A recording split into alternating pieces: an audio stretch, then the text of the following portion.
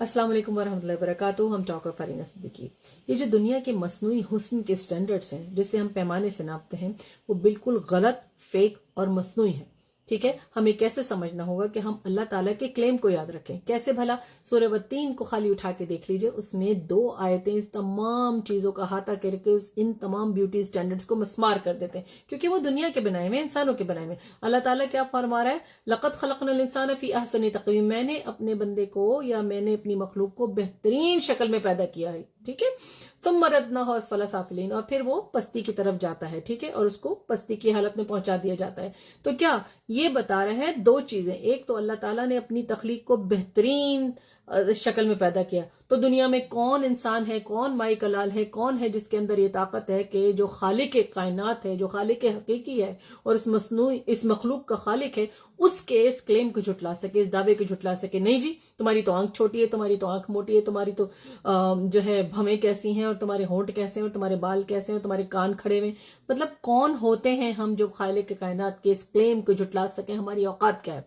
और दूसरी क्या चीज, बिल्कुल कंसिस्टेंटली इस आयत के बाद अल्लाह ताला हमारी ह्यूमन साइकोलॉजी के हिसाब से समझने के लिए हमें बता रहा है।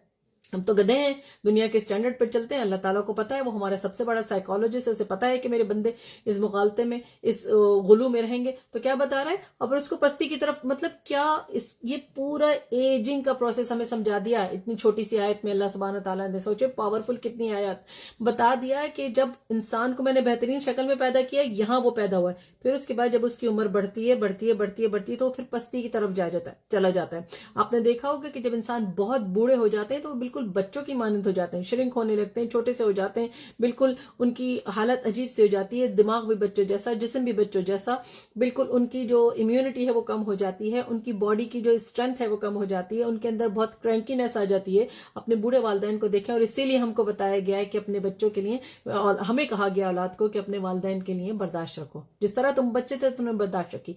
ठीक है, तो इस चीज को हमें समझना बहुत जरूरी है। अगर हमने आज इसे समझ लिया और अपने बच्चों को भी समझा दिया तो यकीन कीजिए हमारे पूरे खानदान, पूरी नस्लों में बॉडी इमेज इश्यूज नहीं होंगे। हम खुद बिल्कुल इस पे साबित कदम नहीं रहते, हम इसको समझते नहीं है कि हमारे खालिक हकीकी का क्लेम, ये दावा, ये बरतर दावा सबसे बेहतरीन है। इसको समझने के लिए बेहतरीन शक्ल में मैंने पैदा किया। कौन होता है जो उसको चैलेंज करे? कौन है जो उसको बता सके कि ये गलत है? नहीं, आंख सही नहीं है, बाल सही नहीं है, कान सही नहीं है, और ब्यूटी स्टैंडर्ड्स के हिसाब से तुम काले हो या गोरे हो या पीले हो या नीले हो, नहीं, किसी की भी औकात नहीं है, किसी की ये मजाल ही नहीं है।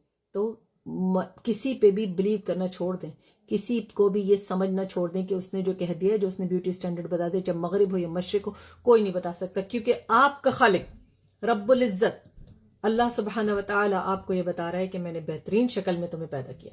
ठीक है, और एज के साथ डिटेरियोरेशन की भी हमें बता दी कि क्या होगा, कि पस्ती की तरफ चला जाएगा। ठीक है ना, तो याद रखिए, सूरह वत्तीन जरूर पढ़िएगा, उसको तर्जुमे के साथ याद कीजिए, उसको समझिए, और उसको समझ के बार बार नमाज में पढ़िए। ठीक है, ताकि आपका दिल मुतमईन हो, आपका दिल गनी हो जाए। ठीक है, अगर ये वीडियो पसंद आई हो, किसी के काम आ सकती हो, तो जरूर शेयर कर दीजिएगा, और मुझे दुआ में याद रखिएगा इंशाल्लाह। अस्सलाम वालेकुम व रहमतुल्लाह।